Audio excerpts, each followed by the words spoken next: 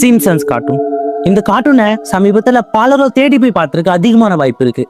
ஏன்னா Trump president ஆவான்ற மாதிரி இதில் சொல்லியிருப்பாங்க. அதே மாதிரி ட்ரம்ப் பிரசிடென்ட்டும் ஆனாரு. ஸ்மார்ட் வாட்ச் இல்லாத காலத்திலேயே ஸ்மார்ட் வாட்சை பயன்படுத்துகிற மாதிரி காமிச்சிருப்பாங்க. அதே மாதிரி ஸ்மார்ட் வாட்சும் கண்டுபிடிச்சாங்க. ஆனால் இதெல்லாம் அதில் ஆரம்பம் தான். இதை விட பல மிக கொடூரமான மரணங்களும் இதில் சொன்ன மாதிரியே நிஜ வாழ்க்கையில் அப்படியே நடந்திருக்கு. அதுவும் உலகத்தையே உலுக்கிய ஒரு பிரபலத்தோட மரணம். பல வருடத்துக்கு முன்னாடியே துல்லியமாக காண்பிச்சிருப்பாங்க.